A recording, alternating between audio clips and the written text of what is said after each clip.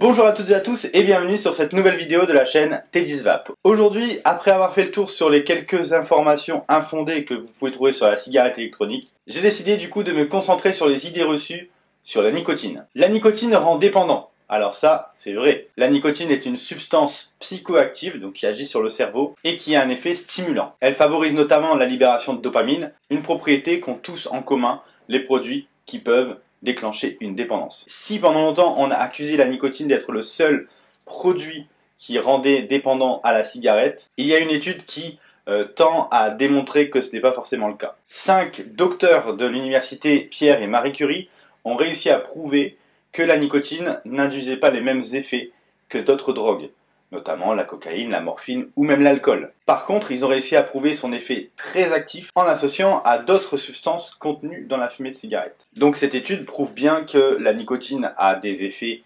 addictifs, mais qui ne peut être révélé que dans certaines conditions. C'est une théorie à laquelle on pourrait penser quand on voit les fabricants du tabac ajouter autant d'additifs dans leurs précieuses cigarettes. Et ça pourrait expliquer aussi pourquoi les vapoteurs arrivent à baisser le taux de nicotine très rapidement. La nicotine est cancérigène, alors c'est faux.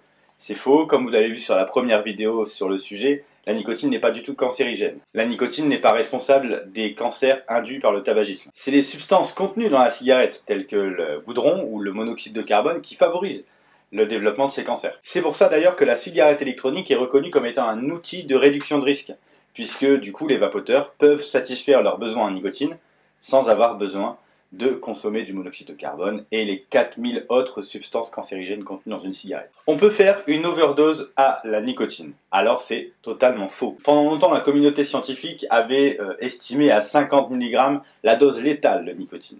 Alors c'est totalement faux, mais ça se basait sur aucune étude réelle et sérieuse. Aujourd'hui, on en sait un peu plus grâce à un médecin. En 2013, les travaux de Bernd Meyer évaluent entre 500 mg et 1 g la dose létale de la nicotine. Pour rapporter ça à la cigarette électronique, ça voudrait dire que le vapoteur a bu 3 bouteilles de nicotine à 20 mg par millilitre sans vomir. Ça pourrait éventuellement mettre sa vie en danger. Mais c'est pas non plus une raison pour considérer les liquides nicotinés comme étant anodins. Il faut quand même les laisser hors de portée des enfants et des animaux domestiques. Associer la cigarette électronique à un autre substitut nicotinique est dangereux. Alors c'est faux.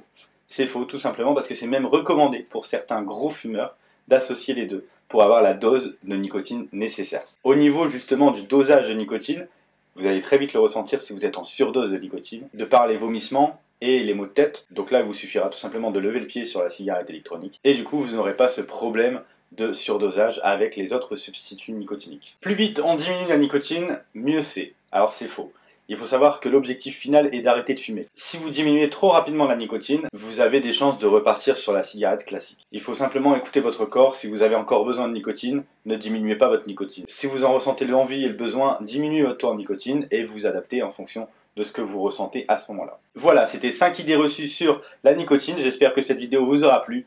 Nous on se dit à bientôt pour une prochaine vidéo. D'ici là, portez-vous bien et une bonne vape à tous.